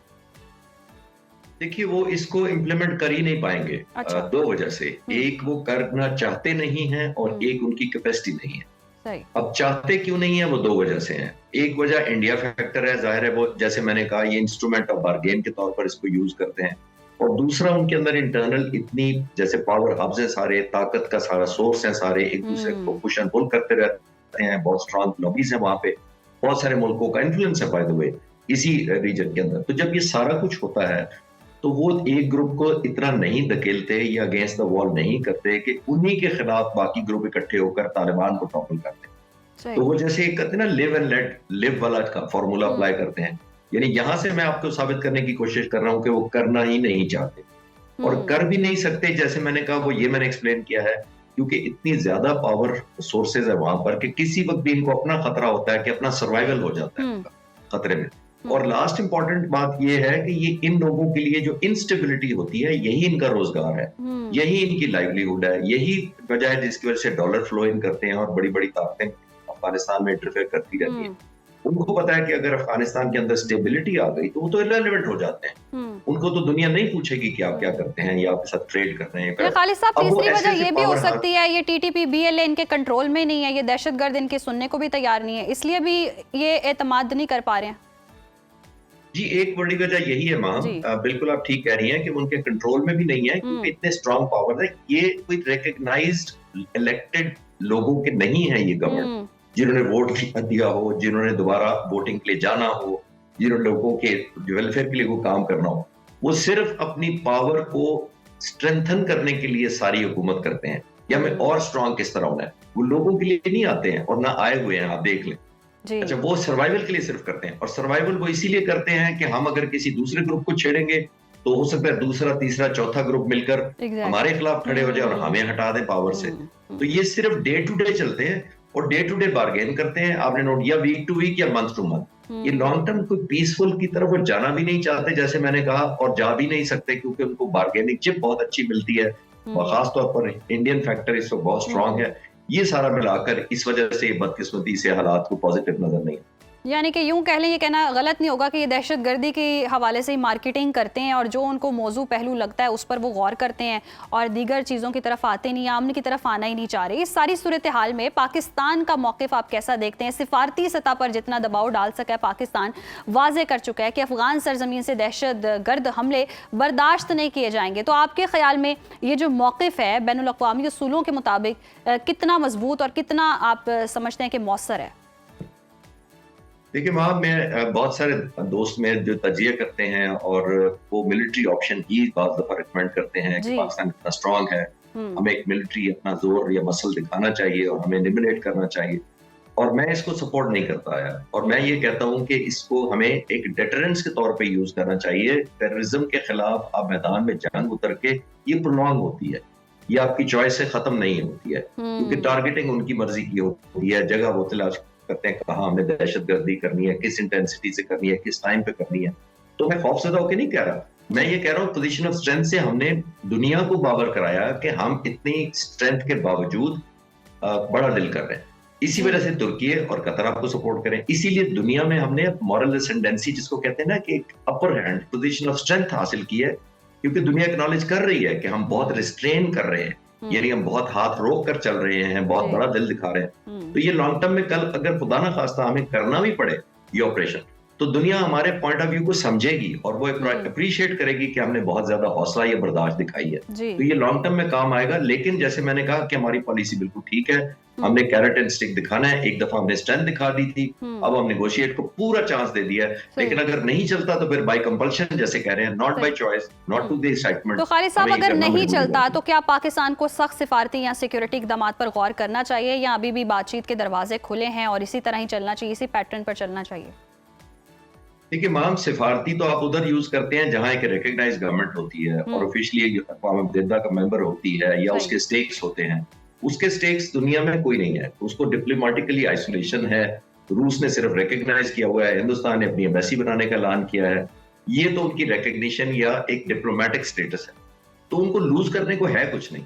इसीलिए वो कन्फ्रंटेशन में रहते हैं ताकि वो बार्गेन कर सकें, और कल को पाकिस्तान से वो चाहेंगे कि हमें रिकॉग्नाइज भी कराया जाए। और उनके कोई 8.2 बिलियन के करीब असासे हैं जो अमेरिका ने फ्रीज किए हुए हैं, हो सकता है वो बार्गेनिंग चिप के तौर पर यूज करना चाहें।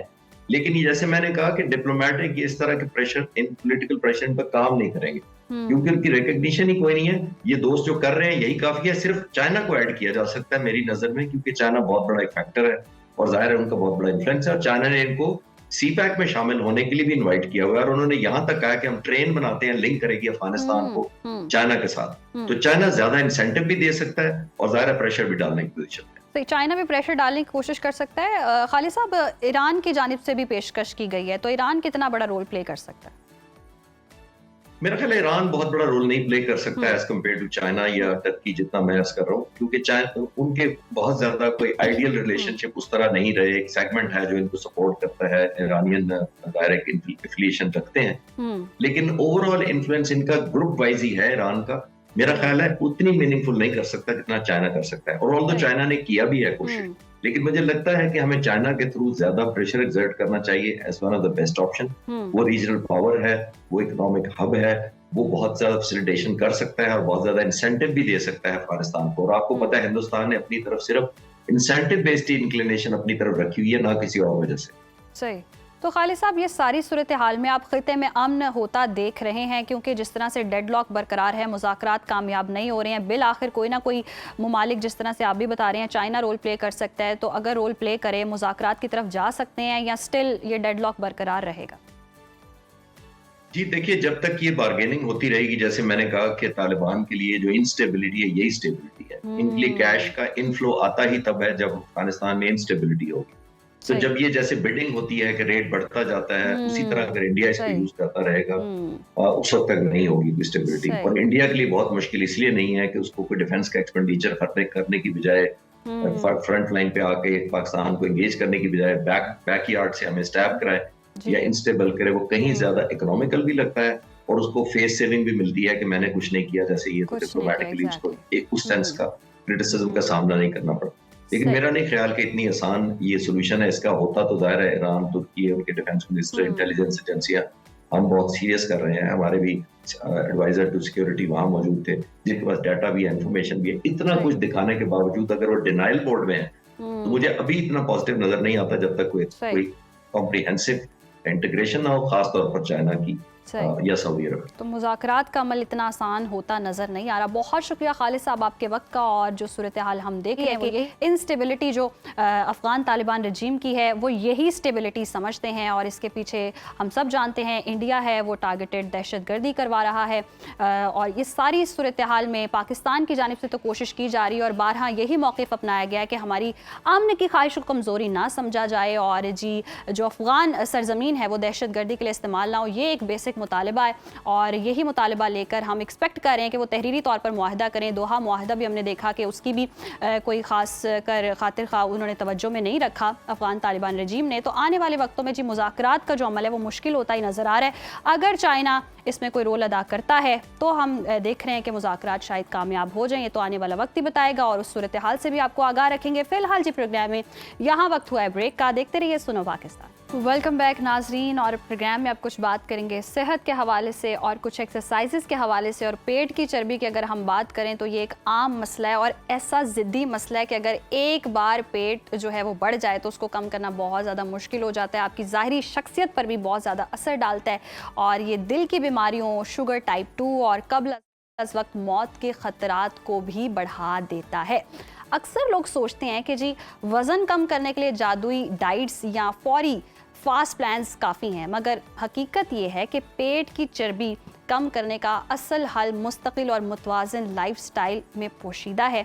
मगर सवाल यहाँ ये पैदा होता है कि क्या वाकई सिर्फ खुराक बदलने से मोटापा कंट्रोल किया जा सकता है? क्या बग़ैर वर्जिश के वज़न कम करना मुमकिन है? और ज़िद्दी जो पेट की चर्बी है उसको ख़त्म करने में कितना वक्त लग सकता है? इन तमाम तर सवालात के जवाब जानने के लिए आज हमारे साथ स्टूडियोज़ में मौजूद हैं माहिर फिजियोथेरेपिस्ट डॉक्टर सलमान फिरोज साहब। बहुत शुक्रिया आपके वक्त का। वेलकम टू सुनो पाकिस्तान। सबसे पहले तो ये बताएं कि जो पेट की चर्बी बढ़ जाती है इसकी असल वजह क्या है? सबसे पहले ये समझें कि चर्बी आई कहाँ से, ये चर्बी है क्या। हम जो भी चीज़ खाने के लिए हम खाते हैं वो हम खाना इसलिए खा रहे होते हैं कि हमें इससे एनर्जी मिले।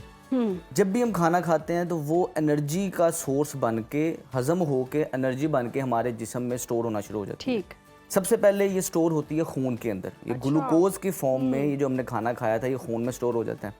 खून की कैपेसिटी स्टोरेज की जब कम हो जाती है, मतलब जब टैंकी फुल हो जाती है एनर्जी स्टोर करने की, तो जो बाकी बचा मांदा एनर्जी है वो ग्लाइकोजन के स्टोर पे आपके मसल्स में इकट्ठी हो जाती है या आपके लीवर के ऊपर इकट्ठी हो जाती है।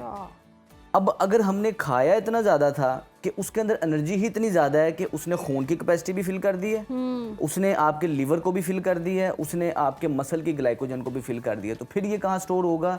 ये as a source of fat store होगा। यानी कि फिर ये जो आपने खाना खाया था ये चर्बी के फॉर्म में स्टोर होगा। तो सबसे पहले हम काम ये करते हैं कि अगर हमें एनर्जी इतनी चाहिए होती है, हम खाना इतना खा लेते हैं। मतलब भूख मुझे आधी रोटी की है, आधी रोटी से मेरा गुजारा हो जाएगा, मैं 1.5 रोटी खा लेता हूँ क्योंकि जी आज सालन भी बहुत अच्छा था, दावत है, ये सारी चीज़ें मैंने खा के जानी है।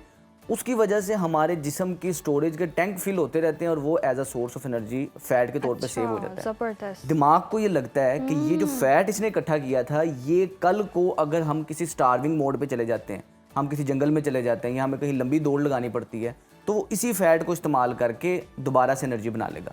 लेकिन वो दिन कभी आता ही नहीं है। पहले वक्तों में आपने सुना होगा पेट में गुड़गुड़ हो रही है जी, बच्चे कह रहे हैं मुझे पेट में चूहे दौड़ रहे हैं, मेरे पेट में घोड़े दौड़ रहे हैं। आजकल वो पेट की गुड़गुड़ी खत्म होगी लोगों की भूख की वजह से। क्यों? क्योंकि हम खाने को बाकायदा तौर पे तब नहीं खाते जब भूख लगनी होती है। हमने टाइम के साथ इसे सेव किया हुआ है कि नाश्ता, दोपहर का खाना, रात का खाना, तो ये जब हम बार बार खा रहे होते हैं तो वो जो हमारे पेट के चूहे उन्हें भी टाइम ही नहीं मिलता। अच्छा, कुछ लोग ऐसे भी होते हैं जो खाते भी नहीं है, मतलब इतना ज्यादा नहीं खाते हैं, और कुछ लोग हैं जो बहुत ज्यादा खा रहे होते हैं और फिर भी मोटे नहीं हो रहे होते, ये क्या वजह? अच्छा, इसकी वजह ये है कि हमारे अंदर अल्लाह पाक ने ना एक इंजन फिट किया हुआ है।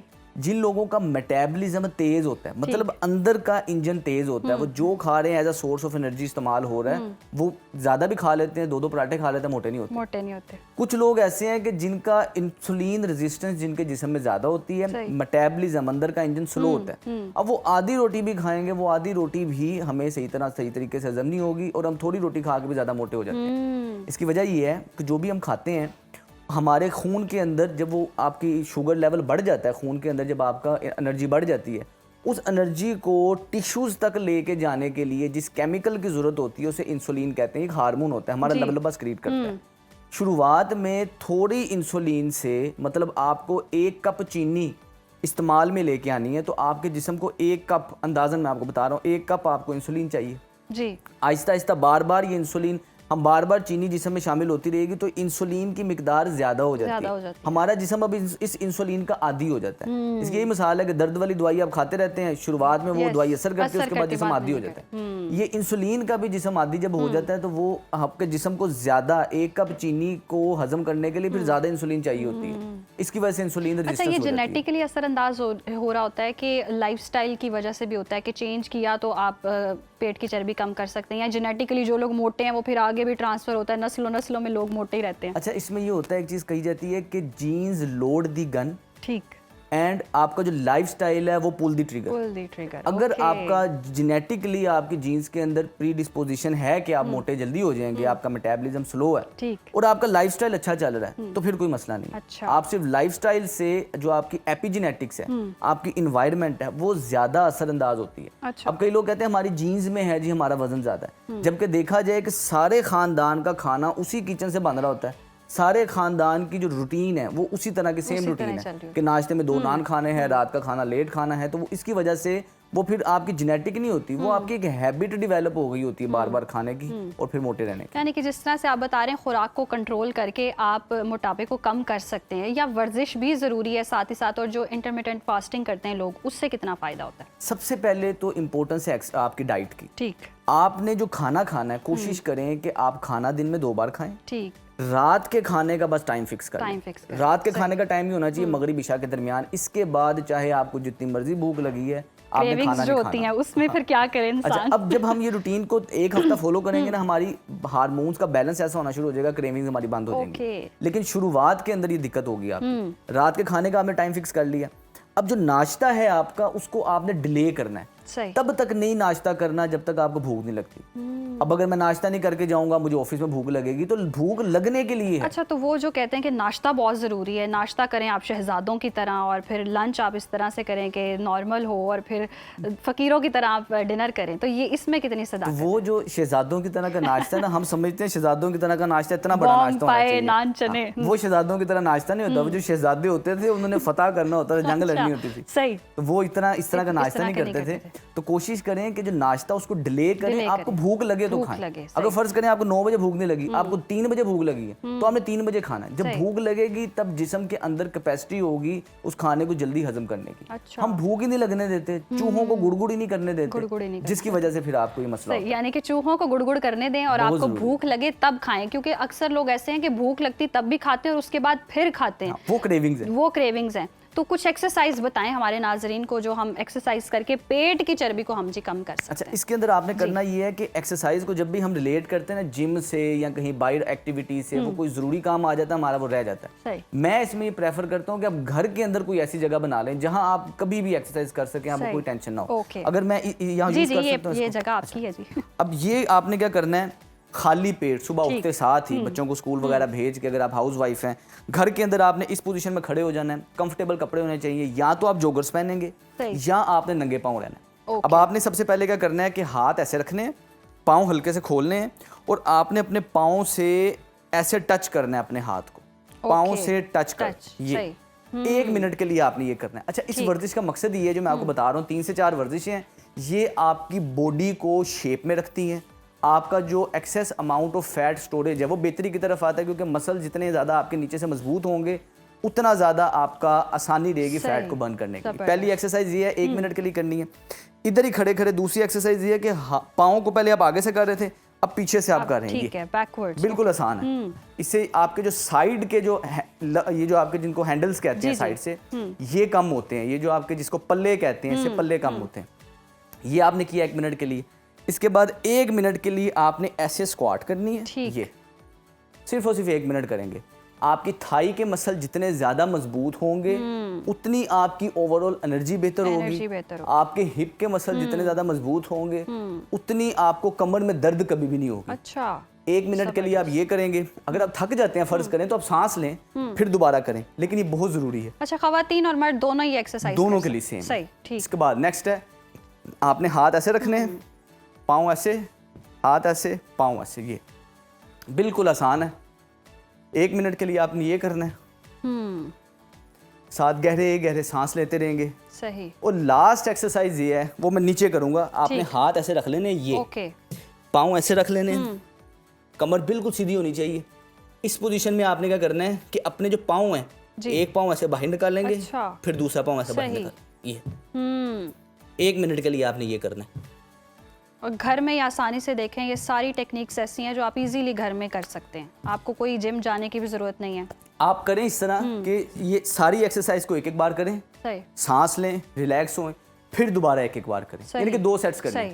टोटल 4 से 5 वर्जिशें, 4 से 5 मिनट लगेंगे। सही। आप देखेंगे आहिस्ता आहिस्ता आपकी मसल एनर्जी भी बेहतर होना शुरू हो जाएगी और आपकी जो मोटापा है, एक्सेस अमाउंट ऑफ चर्बी है, वो बेहतर रहेगी और आप सारे दिन एक्टिव रहेंगे। जबरदस्त। सही। क्योंकि देखा ही जाता है कि जिन लोगों का वजन ज़्यादा है, एक तो वो सुस्त हो जाते हैं, दूसरे नंबर पे उन्हीं को जोड़ों में पट्टों में दर्द बढ़ जोड़ों में जाती है। पट्टों में दर्द होती है और ओबेसिटी से ही आगे फिर प्रॉब्लम शुरू होती है, सारी बीमारियां शुरू। अच्छा, ये खवातीन और मर्द दोनों के पेट की चर्बी बढ़ने का एक ही तरीका कार है और कम करने का भी एक ही तरीका है। हाँ, अच्छा। तरीकाकार एक ही है। जो हम खा रहे हैं, एक तो उसको लिमिट करें, फालतू ना खाएं, नींद रात की बेहतर करें अब और मैं सलाद खवातीन रात के में बारे में पूछूंगी, आप आ जाए ना। ये जो हार्मोनल प्रॉब्लम्स होते हैं, खवातीन के चेंजेस होती हैं, फिर उसके बाद जो पेट में जो है ना बुढ़ापा कह रही हूँ, पेट बढ़ता है और फिर चर्बी बढ़ जाती है, उसको कम करने का क्या तरीका है हार्मोनल चेंजेस की वजह से? इसमें मेन रोल प्ले करती है आपकी डाइट। डाइट। अगर आपके मेनोपोज की अगर हम बात करें, मेनोपोज से पहले एक रोटी आपके जिस्म में जितना ग्लूकोज स्पाइक देती है, यानी कि एक रोटी को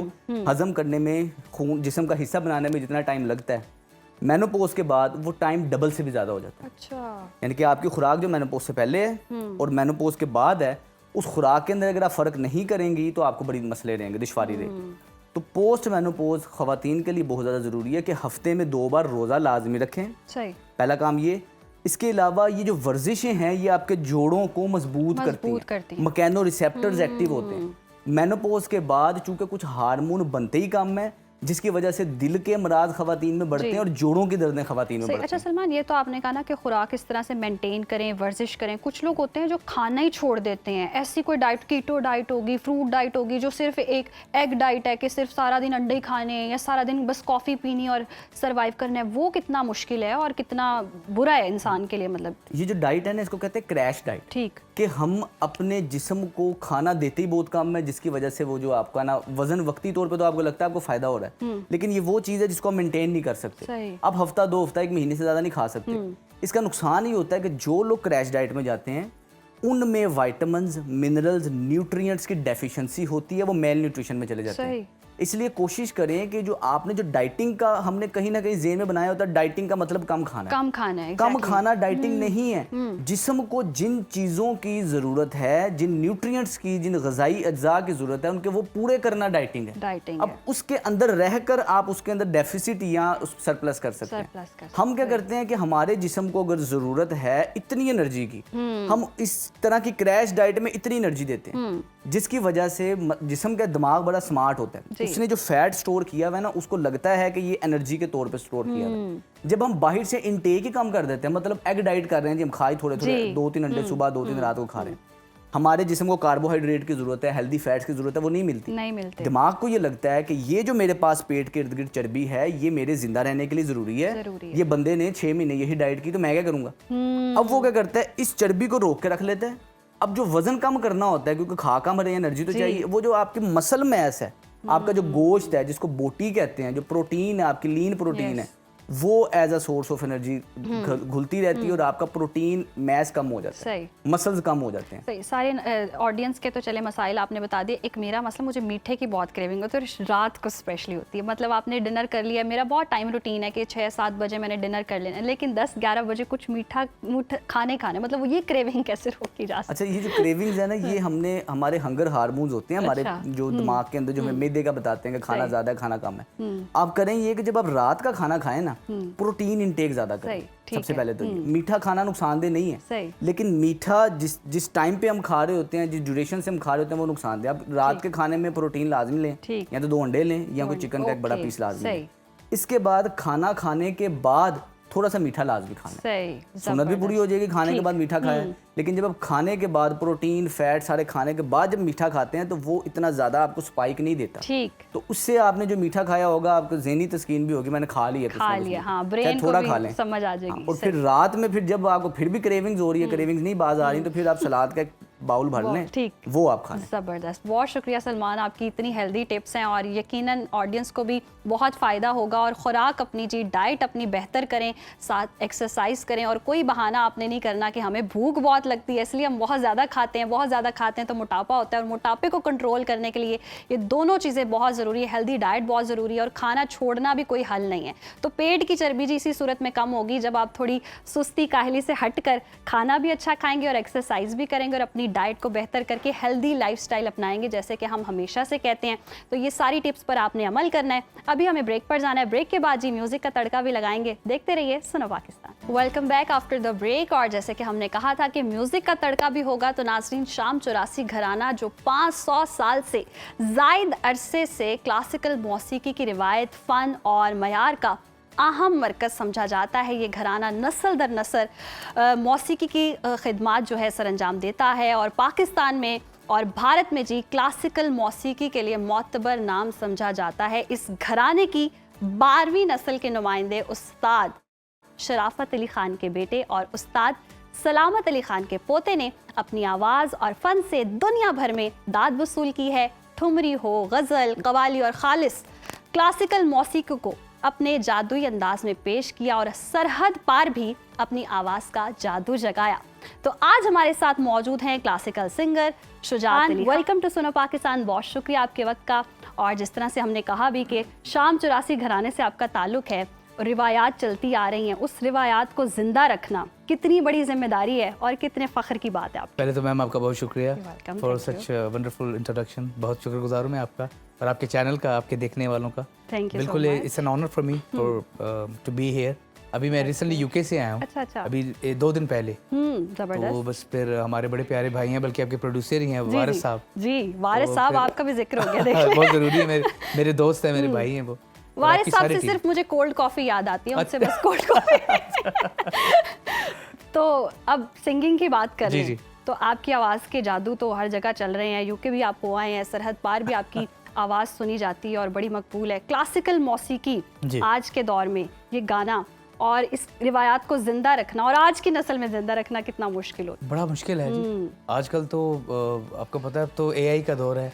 आप इंस्ट्रक्शन दें और वो आपको हर चीज़ बना के दे देते हैं। लेकिन फिर भी जो हमारा जो 600 साल से ये जो विरसा है, जी जिस पे जो चलता आ रहा है, जैसे मैं 12वीं जनरेशन हूँ, जी जी तो अब तक जो हमारे ग्रैंडफादर्स और जो फोर फादर्स जो करते आ रहे हैं, उसको लेके बड़ा मुश्किल है जी। मुश्किल है। लेकिन हम कोशिश कर रहे हैं कि इसको जिंदा रखा जाए। अभी रिसेंटली एक फेस्टिवल भी बहुत बड़ा हुआ याद सलामत के नाम से, जी। Which was very huge.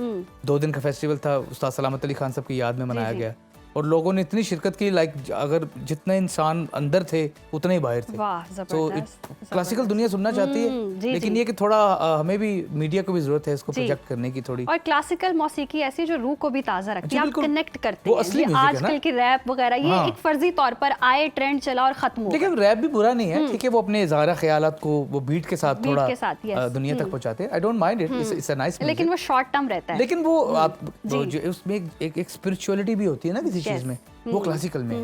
क्योंकि तो वो आपकी मौजूदगी का फायदा उठाते हुए हम सुनना चाहेंगे जी, मैं कोई ठुमरी, बिल्कुल- कोई क्लासिकल म्यूजिक जो जिसका तड़का लग जाए आज शो में। मैं आपको वो जो सारे गामा में मैंने गाया था, Yes, yes, मैं थोड़ा आपको sure। सुनाता हूँ। सावन भी तो जाए पेहरवा, सावन भी तो जाए पेहरवा, मन मेरा घबराए, ऐसो गए परदेस पिया तुम, चैन हमें नहीं आए, मोरा सैया मोसे बोले ना, मोरा सैया मोसे बोले ना, मैं लाख जतन कर हारी, लाख जतन कर हार रही, मोरा सैया मोसे बोले ना।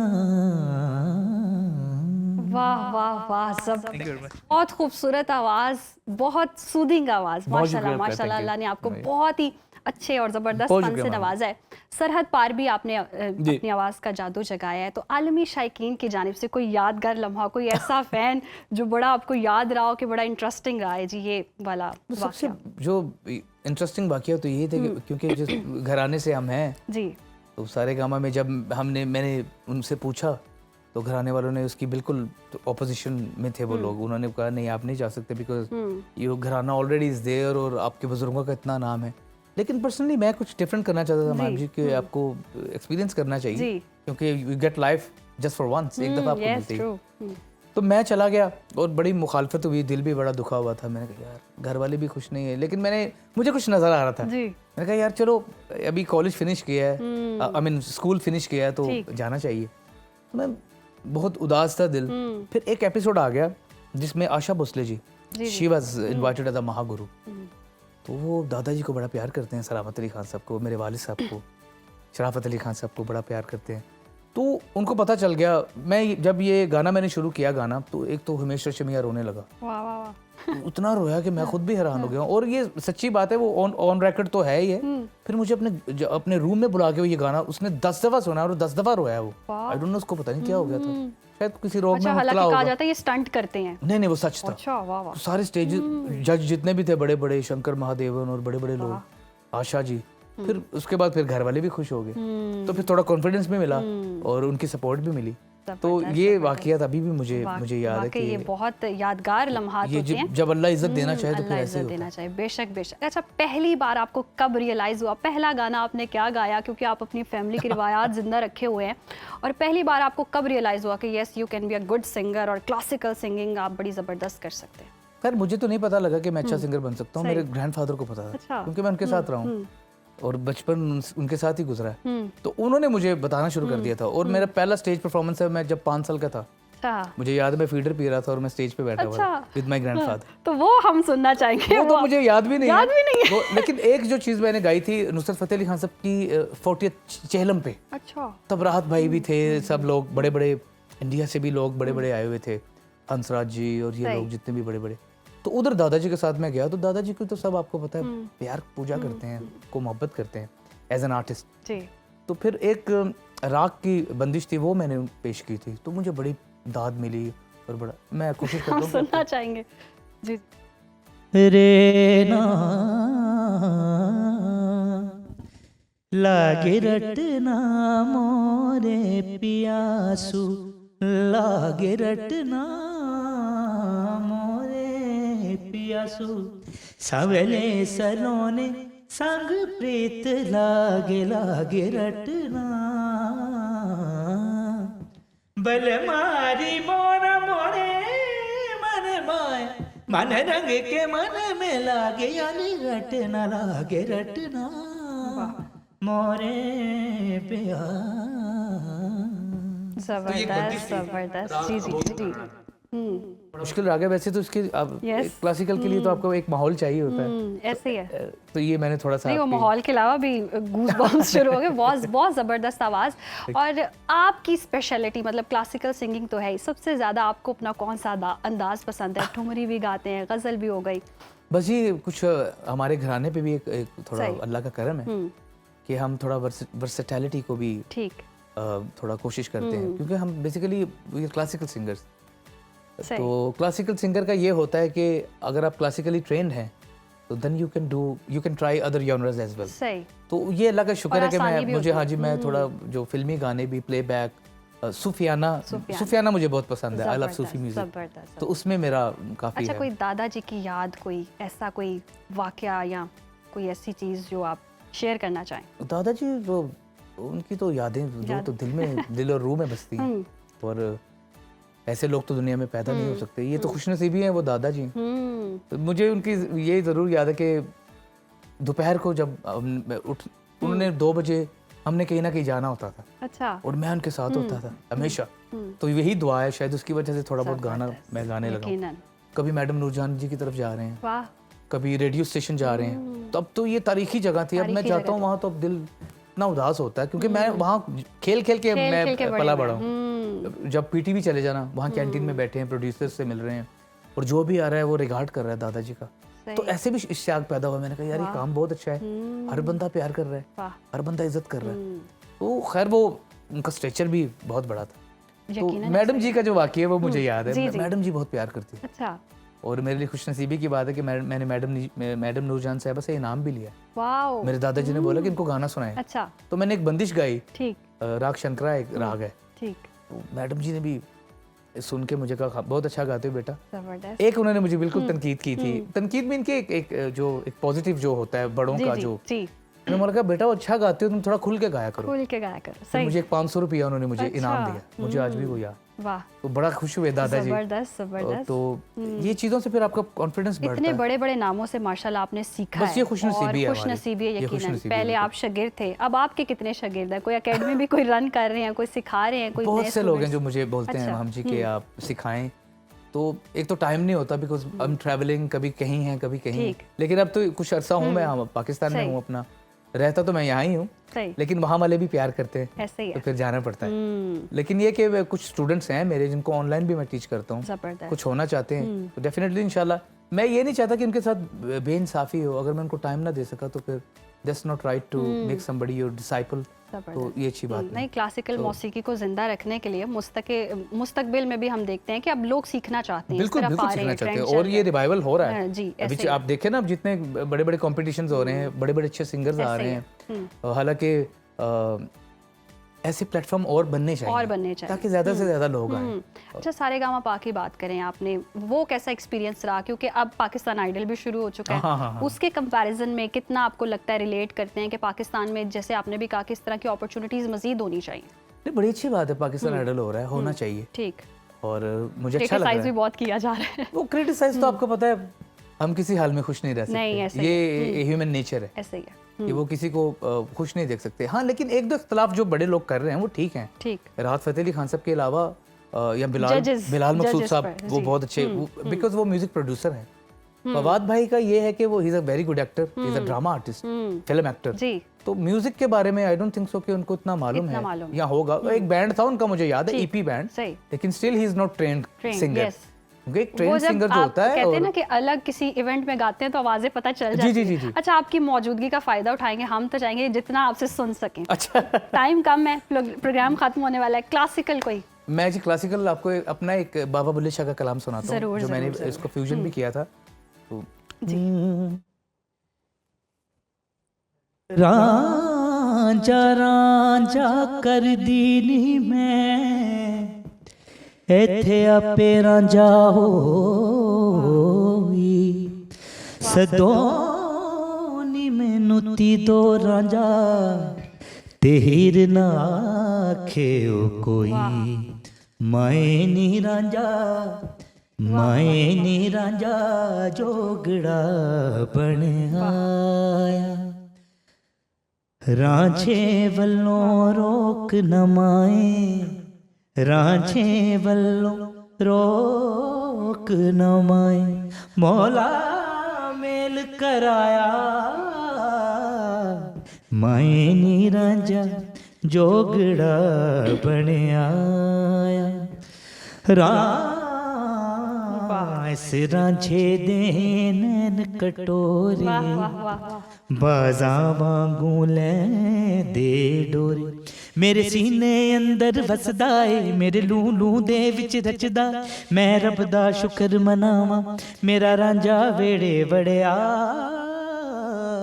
माए नी रांझा जोगड़ा बनया। Thank you. आवाज़, बहुत शुक्रिया आपके वक्त का शुजात अली खान साहब, बहुत ज़बरदस्त आपने गाया, बहुत खूबसूरत आवाज़। और यकीनन जी प्रोग्राम से जी वक्त ख़त्म हो चला है और हम तो चाह रहे थे बहुत वक्त होता और सुनते, अब प्रोग्राम ख़त्म हो चुका है, बाद में सुनेंगे। अभी के लिए दीजिए इजाज़त, कल फिर मुलाकात होगी। अल्लाह हाफ़िज़।